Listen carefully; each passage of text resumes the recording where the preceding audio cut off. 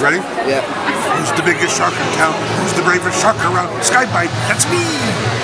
Thank you. You have to ask them again. So if I said, scream. See, yeah, you get that, but I go, come on, scream! I don't get it. Ladies and gentlemen, our final panel of Auto Assembly 2015. And the final panel of Auto Assembly, actually, is being reserved for a very, very special guest. Who was here last year? Who wasn't here last year? You're in for a treat. Every so often, I could give you an introduction to this gentleman in regards to his credits and what he's known for. However, what everybody who was here last year knows him for is for the wonderful human being that we got to meet.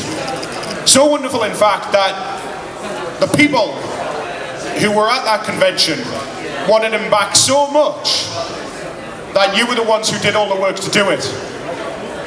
A special shout out goes to the Sharkiest of Sharks Facebook group and Jamie Harris, one of the architects behind pulling this off. Ladies and gentlemen, because you wanted him so bad, it's Mr. Peter Spellos!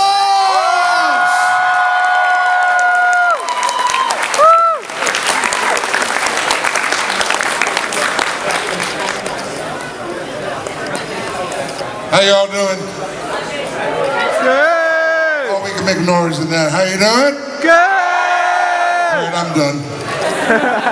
Thank you, Mr. Peters! Oh no, boys. Come closer, son. Come closer. So people can take pictures of us together. Thanks, Dad. Look, the number 00 right here and right in front of us. Nobody got that. It's okay. Hi, guys. Now, I believe we're going to be talking about Superman for the next hour. Okay. You love that. Welcome back. How's it feel to be back? Humbled. It is an amazing feeling. Last year when I was here, I made, about 900 friends. And now it's over 1,000 friends.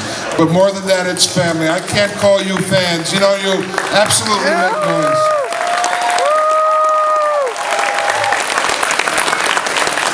I think all we really, truly ever want in life is to be known, is for someone to know who we are. And in a room like this, because we all sit in that quiet room and play with our toys and we wonder if we'll be accepted, this is the place of great love and acceptance. And the fact that you wanted me back and remembered something I did very silly 15 years ago, I will never, ever forget. I promise you that.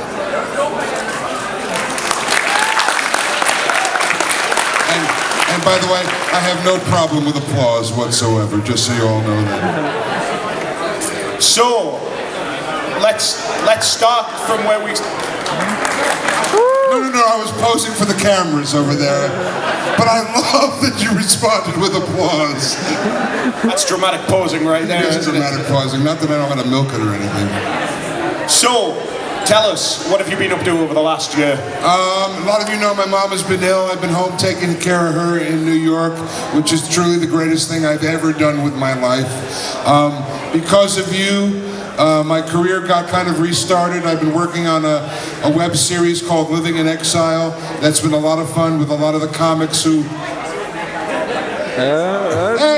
Hey, don't make me come back there.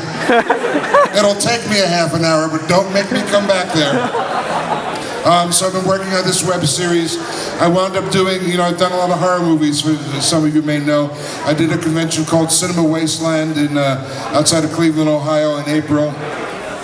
And my other girlfriend, the Indie PopCon in Indiana, they had me as one of the guest of honors out there. And like you, it went so well for me. They've asked me to be the MC of the entire event next June in Indiana, beginning to teach weekly acting and improvisational classes for the city of Indiana. I'm going to be...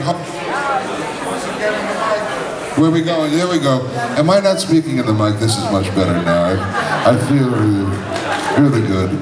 I also feel like a walrus at the same time. No, I think I'll do this over here. I have a theater company that I had on both coasts called the New Mercury Theater Company, and it's an homage to Orson Welles and his theater company. And he did a thing I don't know if you know called War of the Worlds.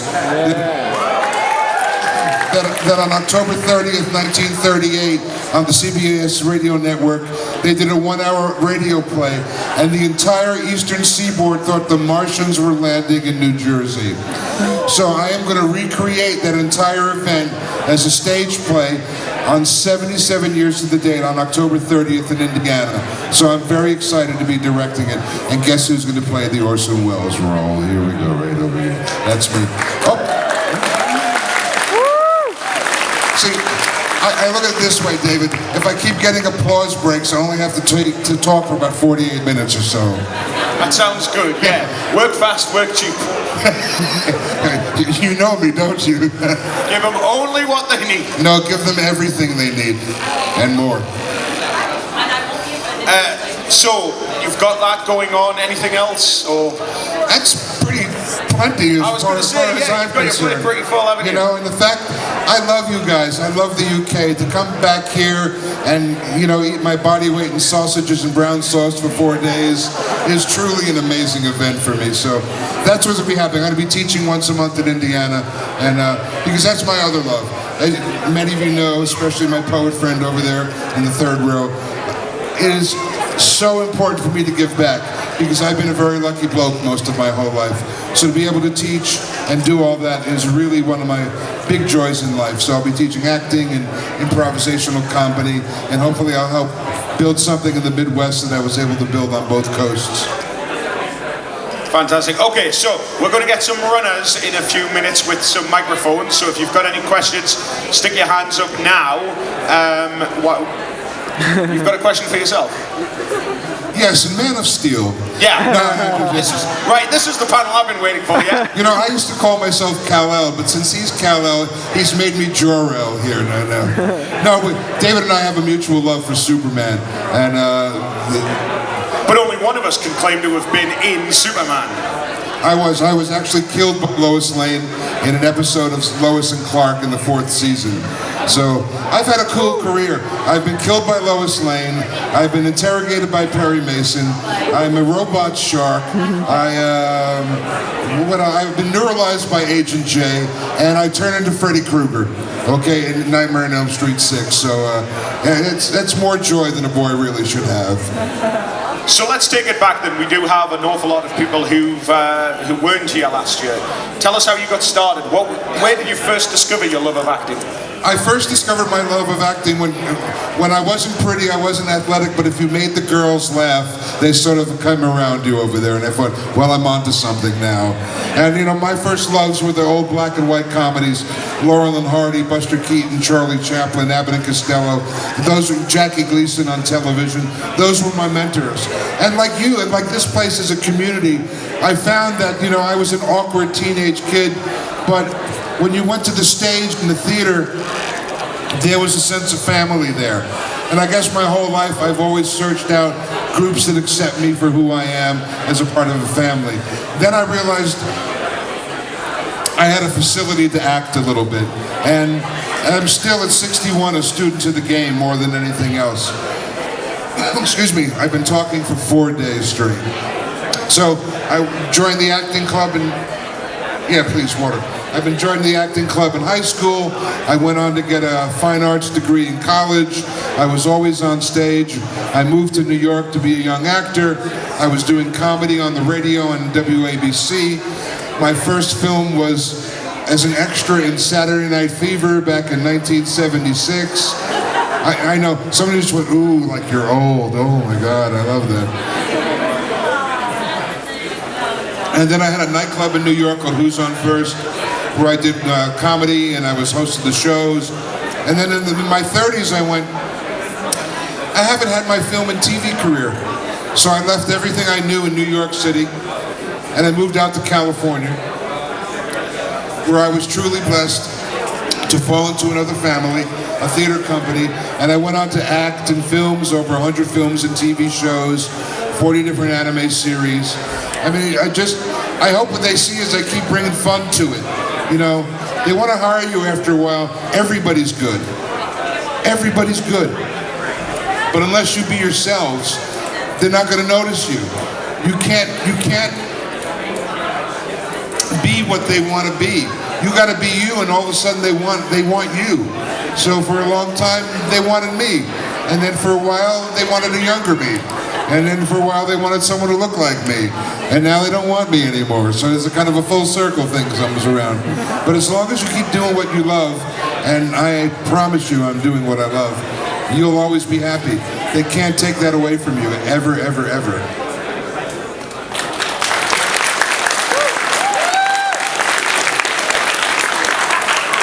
I'm so good with applause breaks, aren't I? I really am. It's good. It's almost like you're a professional. Almost. Right, okay, who's got a question for Peter then? Yep.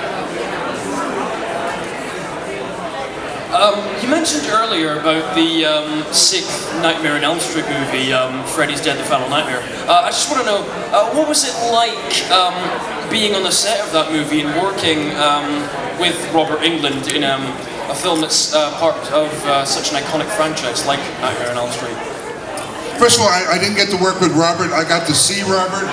You know, you haven't lived until you see Freddy Krueger with all his silver fingers going through the donuts at the craft service table. Going, hey, is there any crawlers left here? I really like a crawler right now. It was, we have Doctor Who fans in here? Me too. The last two episodes last season with Missy, the director was a woman by the name of Rachel Talalay, and she's also directing the first episode coming up in 3 weeks. She was the director on Nightmare on Elm Street 6. And it was a really scary role. I play a very abusive father. I literally turned into Freddy in one of the nightmares. And what was interesting more than anything else is they kept me sequestered away from the other actors because they wanted attention on the set. And the other reason they kept me sequestered is they had to do a head cast of me, and I had a prosthetic makeup on that took over 3 hours to film, to put on. 3 people working 3 hours to get me into makeup. And then you kind of appear on the set. And if you haven't seen the picture, it's on my desk over there. It's really creepy. And, you know, she beats the hell out of me with a coffee pot. And then all of a sudden I turn around and it's Freddy. You know, so it was great. I mean, I've worked in a lot of iconic franchises, so I'm always very aware of being true to what has come before me and just do my part in telling that story. And that's our job as an actor, is not to encapsulate the story, but what part of the story do I get to tell? So, I mean, that was the best part working on Nightmare on Elm Street 6. Question over here? I just like to watch Robert run. Oh, thanks. Right, with all your various anime roles you've voiced from like Sky-byte and Meramon from Digimon, how was it working with Saban Entertainment back then? So many of those stories I can't tell. But Saban was great. I mean, that was the beginning of the Power Rangers, and the voiceover world is really, really small. Excuse me, so you wind up working with a lot of the same people. It was great. I mean, where else in the world can you go to work in your pajamas and a baseball cap and they pay you, you know? And it was great because you work with the same folks over and over again. I loved working for Saban because I loved working. It's a joy to go to work when you're doing what you love. And you know, it's also great because they respect what you do. They know what you can do. And they just ask you to do that. You know, they don't ask anybody to do anything they can't do. They don't put you in a situation. That's what the audition process is for. But once you book one thing, you wind up booking the other, and they start, the same grumbly voice that I've done all my life is what they booked me for, basically. Except Outlaw Star, where the wonderful Wendy Lee said, I'm not going to have you do a grovelly voice. You're going to be the ship's computer. And I did my worst British faux C-3PO impression that I could do. I'd like to hear that. I hate you, David Wallace. And I love you, Peter Spellos. Gee, we're only 4 parsecs away. Coming on right now. Ship's doors open. Hey. I told you it was shitty. Oh, yeah. Sammy! Not a... Which movie by Jim Wynorski did you enjoy working on the most? I've had a career in skin flicks, not porno, but those, you know, movies on Saturday night where you see half-naked girls. I did a movie called Dinosaur Island, which was army guys, cave girls in bikinis, and dinosaurs. And that was the funnest 2-week summer vacation I ever had. But also the B-movie industry, Sam, was very much like a... There's no cameras here, don't worry, you can walk right by. It's really okay. It's also like a family. It works like a theater company. So I enjoyed that immensely because I made many good friends to this day that I still see. You know, if it wasn't for B-movies, I wouldn't have wound up doing the big stuff. Because when I did Bound, the Wachowski brothers knew me, who did The Matrix, knew me from B-movies. When I did Dream On, John Landis knew me from B-movies. So it's... Don't ever be afraid of your career. First of all, open the closet yourself and show them the skeletons. Then they can never make fun of you for anything. And if they're making fun of you, they're jealous because they're not doing what you're doing. So that was really it. And of course, a movie called Sorority House Massacre 2, which just... And if you haven't seen it, don't. All right. I actually got the opportunity to watch some of the movies after Auto Assembly of last year. That's your own damn fault, son. Don't blame that on me. And then I watched Lois and Clark. Attaboy, there we go, much better. And I think they're still up on US Netflix, aren't they? Some of them? Yes, some of them are on Netflix, some of them you can see on YouTube. By the way, your generation, nothing you ever do will go unseen. So you better be happy when you're doing it, because when I die, there's going to be those same cave girls and dinosaurs I'm chasing around. Love what you do. I mean, that's really the bottom line. Love what you do or don't do it. No is not a 4-letter word. If you don't want to do something, anything, say no. You're in charge. Make your own choices. That was an applause break, by the way. Oh, you're so easy. There was a shark once. We'd be remiss if we didn't talk about him. We have to talk about him. He's the reason I'm here. Who's heard of Sky-byte? So, let's take it all the way back then. Let's go back to the audition process. What was your... What did you know about Transformers going in, or was it just another audition, or...? Well, in a really good sense, they're all just another audition. That's my job. Your job isn't to book the job. Your job is to go in and audition and have a good time. I was not a Transformers kid. I was not even a Sesame Street kid. You know, I was 31 when the original Transformers came out. So I knew of it. I knew how popular it was. You know, I played with Matchbox cars growing up. Those were the cars we played with. And one single clap for Matchbox over here. Oh, stop that now. But I knew of Transformers, and we knew it was going to be not an original series, but from anime.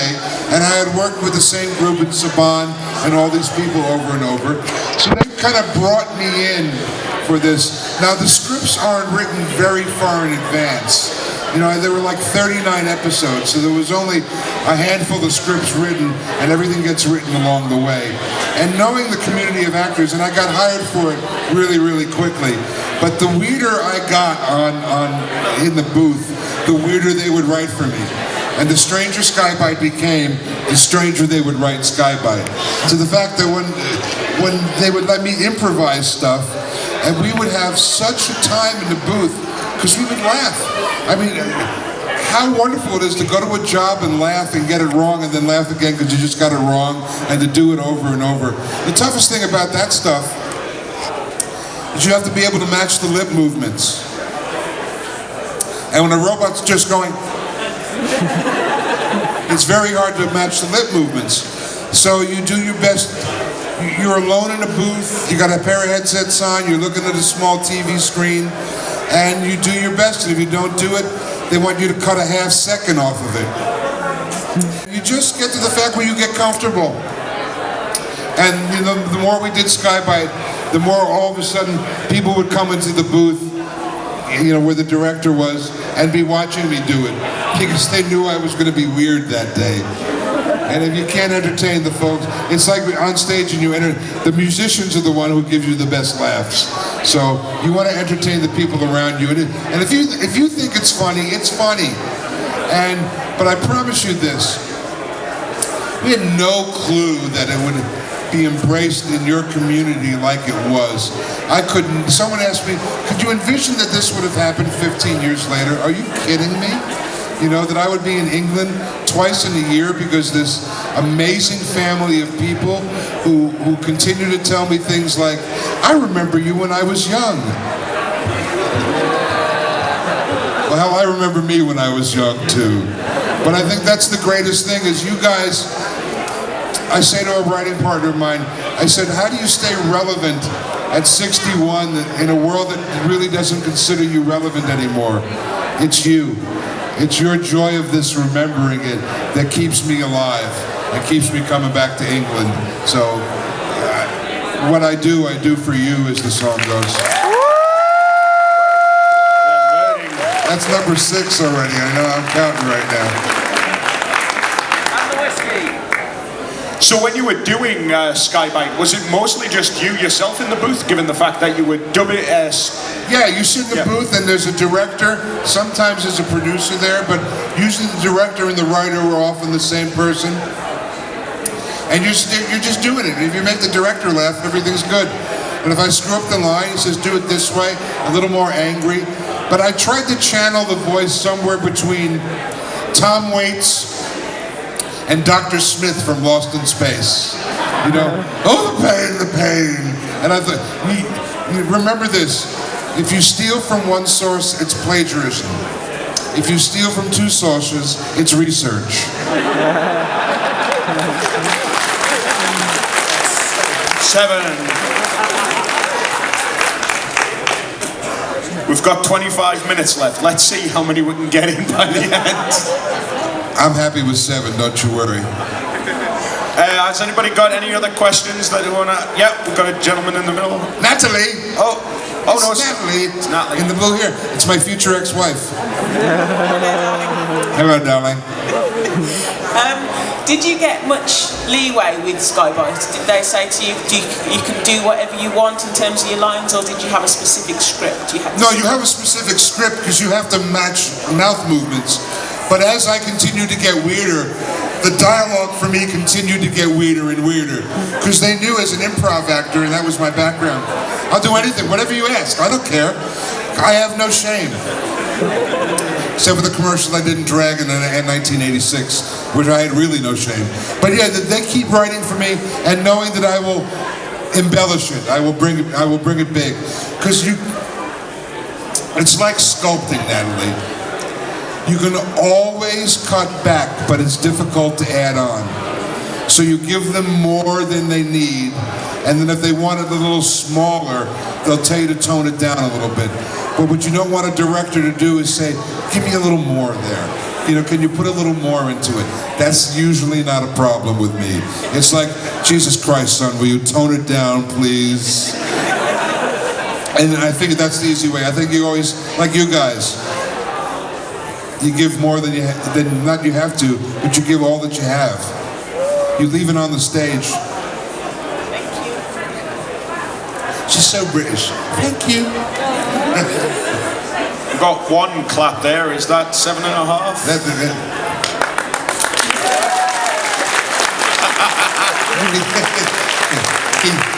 He's good, don't forget that. And someone else was in drag last night. Did you find it liberating? I find it so liberating. I did a commercial in 1986 for Miller Lite Beer, where we were the East German Women's Olympic swim team with Joe Piscopo. And if you Google, and don't do it now, if I see you reach for your phones, I'm going to smack you. I don't. If you Google Helga, H-E-L-G, Piscopo, you'll actually see the commercial. And you won't miss me because I'm the fetching blonde in the pink bow. I think we've got a question down here. In the last scene of Robots in Disguise. Holy Christ. I have to remember that now. All right, go ahead. Yes, I improvised the song. That's what the scriptwriters gave you. Nope, I got it in the booth and the last page said Sky-byte sings. And they said, you're going to sing. I go, well, what am I going to sing? You're going to make it up. And I went, turn on the mic. And I went, who's the greatest shark around? Who's the coolest shark in town? Sky-byte, that's me!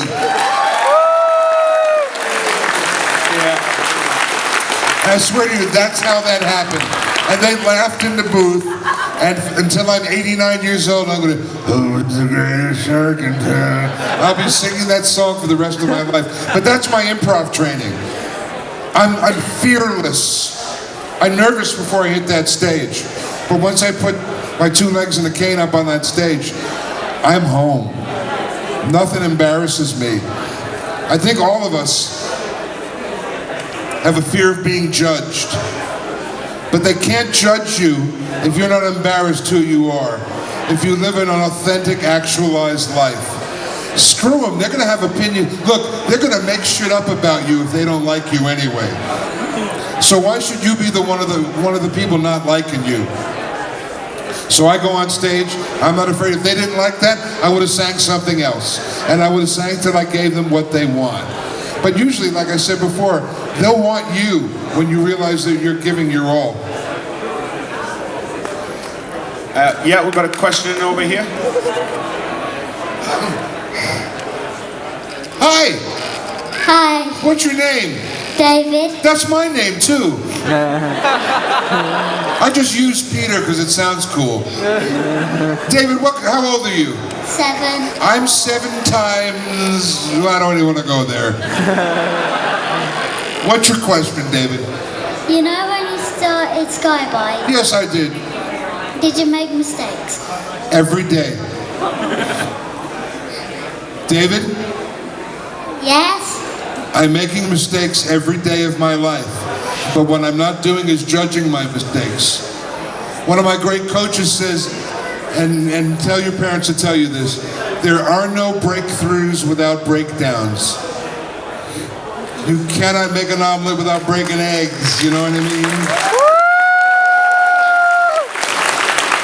David, I hope you make mistakes for the rest of your life, because you will learn from them. It's like my honeymoon. Women are yelling at me over here. And for all the wrong reasons. David, I love you. That's 11. I am so taking you all home with me.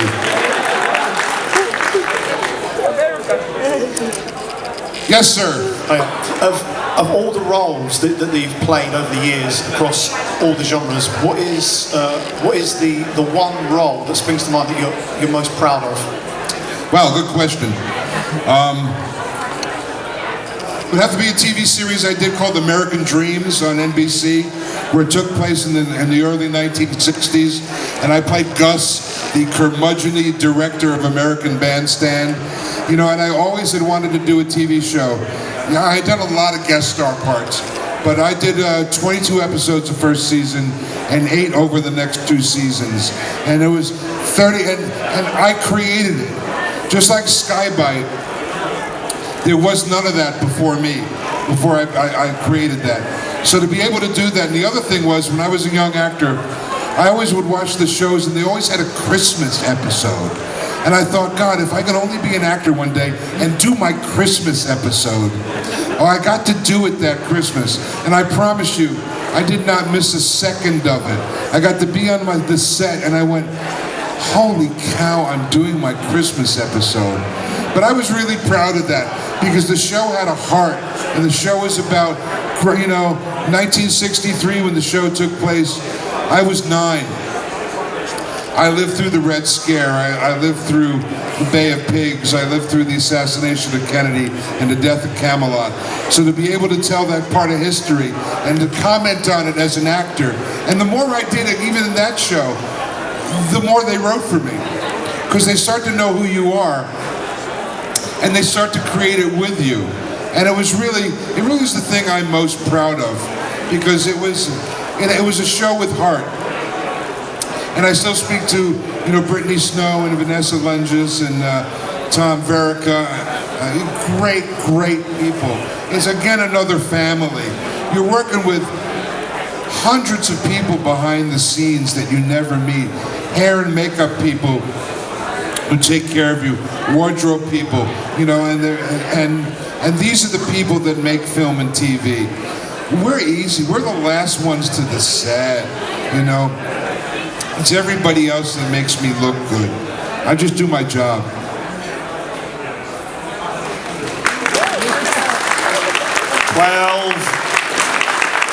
I love you guys.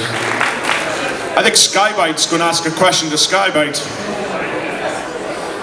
Hello, chérie. Comment ça va? Ça va. Merci. So I knew about, you told me last year about the song, the fact that you improvised the song. Right. My question basically goes around the idea of you improvised it, but you must have improvised it around the character. So my question would be, after having played a character for 49 episodes, what is your opinion of a character? How would you describe your own character? I love that question. He wants to be bad, but he's good. He's a screw-up. It's why we relate to him, because we want to be something, but we're not. But we're really this, And I think Sky-byte's hero's journey is learning who he is. I think he's an Autobot in disguise. He wants to be known. 13. I promise you now, come to the bar tonight, and David will buy each one of you a drink for that. So that was a cheap pop, that one. You called me cheap and easy earlier, and here we go. But yeah, I think Sky-byte is misunderstood. But chérie, aren't we all?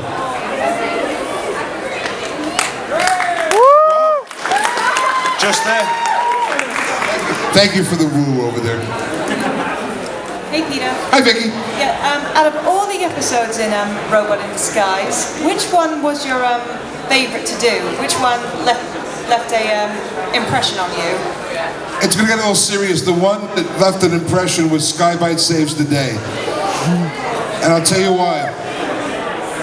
We recorded it about 2 weeks before 9/11, before the buildings came down in New York. And the whole thing of the Sky-byte Saves the Day. Obviously, going back to your thing about he's really a hero in disguise. And nothing has shaken up my country but the realization that we are severely fallible and severely vulnerable. And the fact that it never aired in the States was a very powerful message about transcendence more than anything else. And I just think that's my favorite episode, because it reminds me to be respectful of what occurred and what happened. And just again, on a serious note, I had a cousin in the second tower who got out before it fell, whose wife was 8.5 months pregnant. And I just saw my 15-year-old cousin named Hope, that they called the baby, when that happened. So I think especially with art, you don't create it in a bubble. So when something like that happens, that's what's memorable to me. Because that episode will always be a very dark period in my country's history.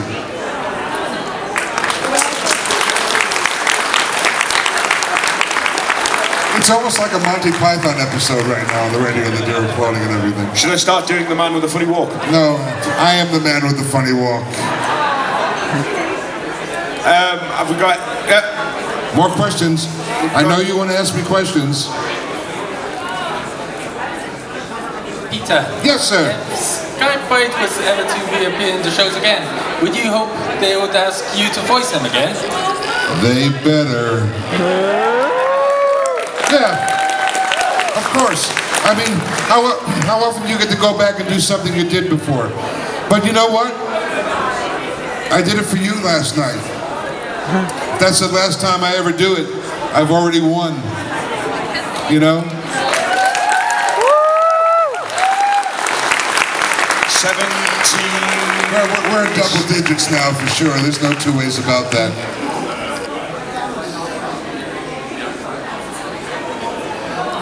I love when people just wave at me.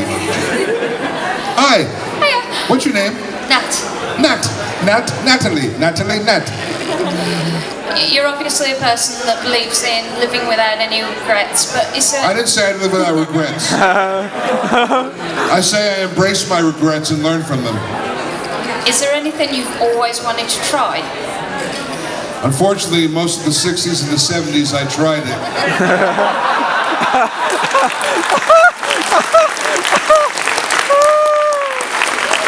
And I'll tell you this, I don't regret it, and I don't miss it. I guess the thing I always wanted to try more than anything else, and I know, don't applaud this please, but it was be the best me. It was to figure out what that is, and to keep, look, we're all masterpieces in progress. We are perfect and we are changing from second to second. So I don't live with regrets because it's too short. Believe me, I had friends who didn't make it out of the 70s and 80s with drugs, with AIDS, no matter what. It doesn't matter. So if you're living with regrets, please let go of them. Stop worrying about what other people think of you. If you never loved me again, I would still love me, you know, because I like me. So, no, I don't have anything I haven't tried. I mean, and I've done a lot of cool things. I've done voiceovers, I've been a puppeteer, I went to space camp in Huntsville, Alabama, and did the civilian thing for 3 days. But that's me. I've, you know, I never skydived and never wanted to skydive. You know, I know what I don't want to do. You know, all right, you know, I'll give you one. I wish there was more time for me to go to chef school. And you know, 61, I got to pick and choose what I got time to do these days. So, you know, I'm fairly good in the kitchen, but if I had to live it over, and look, I can't stand for long periods of time, so I could never really do that.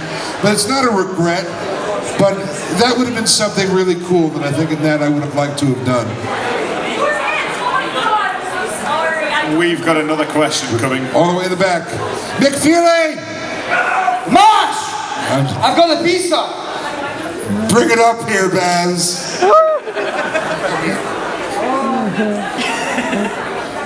If you don't know this man, you should. This is Barry Shaw. Come up on that stage with me. Hold that for a second.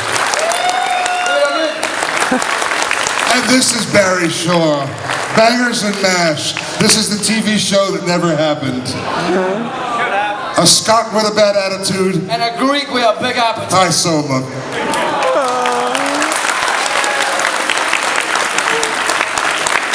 Spellos, ladies and gentlemen. You son of a bitch, there's no pizza in here.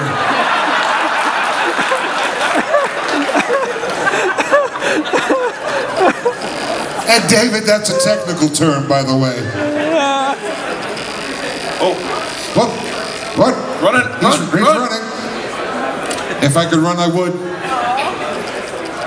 Hello, boy. Got a nice bit of kettlefish for you. One thing that's been on back of my mind, in Robots in Disguise, the whole Sky-byte being a bird thing. Where did that come from? Was that from the animated source, or did you improv it? Did you say Sky-byte being a perv? Poet! Oh, poet. Yeah. I believe the haikus were in the Japanese version. They were, yes. We've had the nod from Chris McFeely in the back. McFeely! All right, they are. So they're from the Japanese version. Ah, I was wondering where it came from. Right now you know. It was very simple. I didn't know either. Like, it didn't matter what I was told to read. I just read it and tried to make it as fun as I possibly could.